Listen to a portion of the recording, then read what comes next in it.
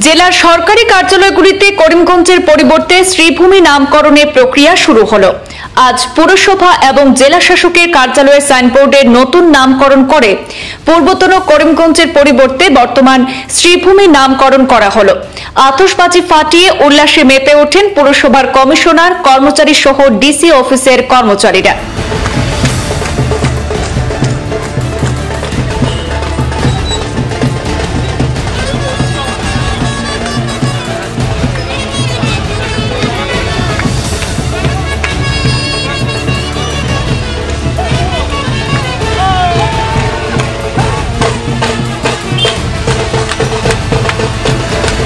রাজ্যের হিমন্ত মন্ত্রিসভায় করিমগঞ্জ জেলার নাম পরিবর্তন করে শ্রীভূমি জেলা করার সিদ্ধান্ত গ্রহণের পর গতকাল আসাম সরকারের প্রিন্সিপাল সেক্রেটারি মুকেশ চন্দ্র সাহু একটি নির্দেশিকা জারি করে জানিয়ে দেন যে করিমগঞ্জ জেলা এখন থেকে শ্রীভূমি জেলা এবং করিমগঞ্জ টাউন এখন থেকে শ্রীভূমি টাউন।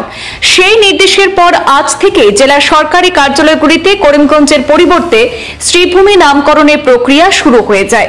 সে অনুসারে আজ জেলা আয়ুক্ত কার্যালয় এবং পুরসভা কার্যালয়ের নতুন শ্রীভূমি নামাঙ্কিত সাইনবোর্ড আনুষ্ঠানিকভাবে উদ্বোধন করা হয়।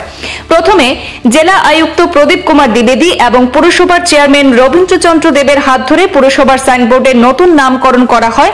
শ্রীভূমি পুরসভা কার্যালয়ের সম্মুখে আতশবাজি ফাটিয়ে উল্লাসে মেতে ওঠেন পুরসভার কমিশনার এবং কর্মচারীরা। এদিন পুরসভা কার্যালয়ে পুরসভার চেয়ারম্যান রবীন্দ্রচন্দ্র দেবের পৌরোহিত্যে আলোচনা সভা অনুষ্ঠিত হয়। সভায় উপস্থিত ছিলেন শ্রীভূমি জেলার আয়ুক্ত প্রদীপ কুমার দ্বিবেদী, পুরসভার vice chairman Sukhendu Das, development chairman Debabrata Saha, প্রাক্তন পুরপতি কৃষ্ণ দাস সহ বিভিন্ন ওয়ার্ডের কমিশনাররা। একই সঙ্গে আজ জেলা আয়ুক্তের কার্যালয়ের সাইনবোর্ডে নাম পরিবর্তন করে শ্রীভূমি করা হয়। সেই সময় উপস্থিত ছিলেন বিধায়ক কমলাক্ষ দে পুরকাস্ত, বিজেপি জেলা সভাপতি সুব্রত ভট্টাচার্য সহ আরো অনেকে। जीएडी डिपार्टमेंट का कैबिनेट डिसीजन के बाद जीएडी डिपार्टमेंट के नोटिफिकेशन से करीमगंज टाउन और करीमगंज डिस्ट्रिक्ट का नाम चेंज कर दिया गया है। उसी तत्वाधान में आज डीसी ऑफिस के साइन बोर्ड को सेरेमोनियली चेंज किया गया है to give a message that the name change has officially happened, to give a message to all the departments, to all the establishments, and to change the name officially in their respective area of responsibility. So this was it, and I hope the implementation of the order will be smooth, and within short period of time the name change will happen smoothly in all the establishments, in all the departments and everywhere. Thank you. ধন্যবাদ আর কৃতজ্ঞতা জ্ঞাপন কৰিছো আমাৰ আসামৰ মাননীয় মুখ্যমন্ত্ৰী শ্ৰদ্ধেয় doctor Himanta Biswa Sarma মহোদয়। আজি বহুত বছৰৰ এটা গণ দাবী আছিল এই জিলাৰ নাম পৰিৱৰ্তন কৰি শ্ৰীভূমি হ'ব লাগে, আৰু এই দাবীটো আজিৰ নহয়, আজি 5 বছৰ আগৰ বা 10 বছৰ আগৰ নহয়, এইটো বহুত বছৰৰ পৰা।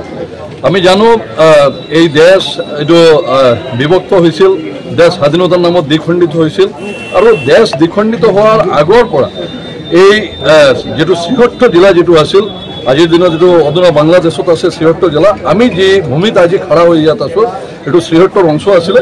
আৰু এই সময়ত কবিগুৰু ৰবীন্দ্ৰনাথ ঠাকুৰ 1919 ইংৰাজী যেতিয়া শ্ৰীহট্টত আহিছিলে, তেতিয়া শ্ৰীহট্টৰ প্ৰাকৃতিক সৌন্দৰ্যত মুগ্ধ হৈ কবিগুৰু ৰবীন্দ্ৰনাথ ঠাকুৰ পিছত কলকাতা গৈ এটা কবিতা ৰচনা কৰিছিল, আৰু এইটো আছিল সুন্দৰী শ্ৰীভূমি নামত।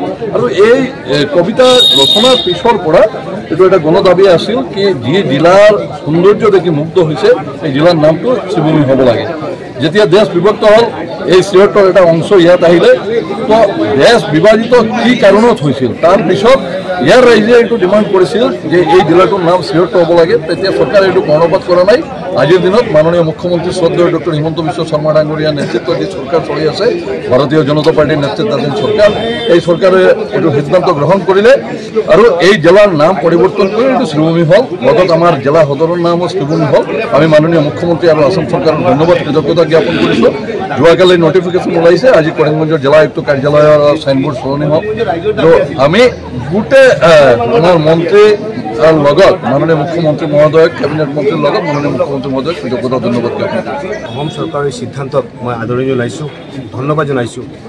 আৰু ইমান দিনৰ এটা দাবী, মই এজন বিধায়ক হিচাপে মই গৰ্ববোধ কৰোঁ।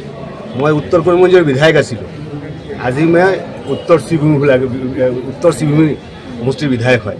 এইটো আমাৰ কাৰণে এটা বিৰাট এটা প্ৰাপ্তি, কাৰণ এই দাবীটো আজিৰ নহয়, 1914 পৰা দাবী চলে। তাতে এখন মিটিং হৈছিল সুৰমা ভেলী সাংস্কৃতিক সংঘৰ মিটিং হৈছিল এখন মিটিং হোৱাৰ পিছতে তাতে আমাৰ শ্ৰীভূমি এটা পত্ৰিকা আছিল আফটাৰ দ্য ৰবীন্দ্ৰনাথ ঠাকুৰ আহিলে ৰবীন্দ্ৰনাথ ঠাকুৰ আহি কেনে ক'লে সুন্দৰী শ্ৰীভূমি অৰ্থাৎ এই নামৰ লগত আমাৰ ইতিহাস জড়িত হৈ আছে সেইটো কাৰণে আজি আসাম চৰকাৰে যিটো পদক্ষেপ যিটো হাতত ল'লে আমাৰ মুখ্যমন্ত্ৰীৰ যি চিন্তাধাৰা মতে কৰিমগঞ্জৰ নামটো পৰিৱৰ্তন হ'ল সেইটো কাৰণে আমি ধন্যবাদ জনাইছোঁ কৃতজ্ঞতা জনাইছোঁ আগন্তুক দিন আজি অফিচিয়েলি আমাৰ DC অফিচৰ সাইনবোৰ্ডটো সলনি কৰা হ'ল শ্ৰীভূমি কৰা হৈছে মই ভাবোঁ যে গোটেই যিবিলাক অফিচ যিখিনি আছে গোটেইকেইটাৰ সাইনবোৰ্ড চেঞ্জ কৰা হ'ব আমাৰ যিখিনি ব্যৱসায় প্ৰতিষ্ঠান আছে সেইখিনি সাইনবোৰ্ড চেঞ্জ কৰা হ'ব অৰ্থাৎ গভৰ্ণমেণ্টে যেতিয়া নটিফিকেশ্যন দিছে আল্টিমেটলি গোটেইখিনি যাতে চেঞ্জ হয় আৰু আগন্তুক দিন যাতে এটা ভাল এটা সুস্থ সুন্দৰ যাতে পৰিৱেশ হয় চব আমি এটা বস্তু একদম ক্লিয়াৰলি কৈছোঁ আৰু বাইনেম মোৰ দেউতাৰ নামতে থাকিব পাৰে মোৰ বাইনেম কিবা এটা থাকিব পাৰে কৰিমগঞ্জ হৈছে কৰিমগঞ্জৰ এটা ব্যক্তিগত কিবা এটা নাম থাকিব Sribhumi as a whole Sribhumi সুন্দৰ ভূমি মানে কি এটা সুস্থ সুন্দৰ এটা পৰিৱেশ আৰু সুন্দৰ ভূমি মানে কি আমাৰ মনৰ ভিতৰত সুন্দৰ এটা পৰিৱেশ আমি কৰিমগঞ্জ যেতিয়া সোমাইছোঁ তেতিয়া এটা ভাল এটা পৰিৱেশ লাগিছে শ্ৰীভূমিত যাই কিনে সোমাইছোঁ আগন্তুক দিন যাতে এটা ভাল পৰিৱেশ হয় প্ৰত্যেকক মিলি গ'লে যাতে ভাল সুন্দৰ এটা বাতাবৰণ সৃষ্টি কৰিব পাৰি তেতিয়া বিচাৰিছোঁ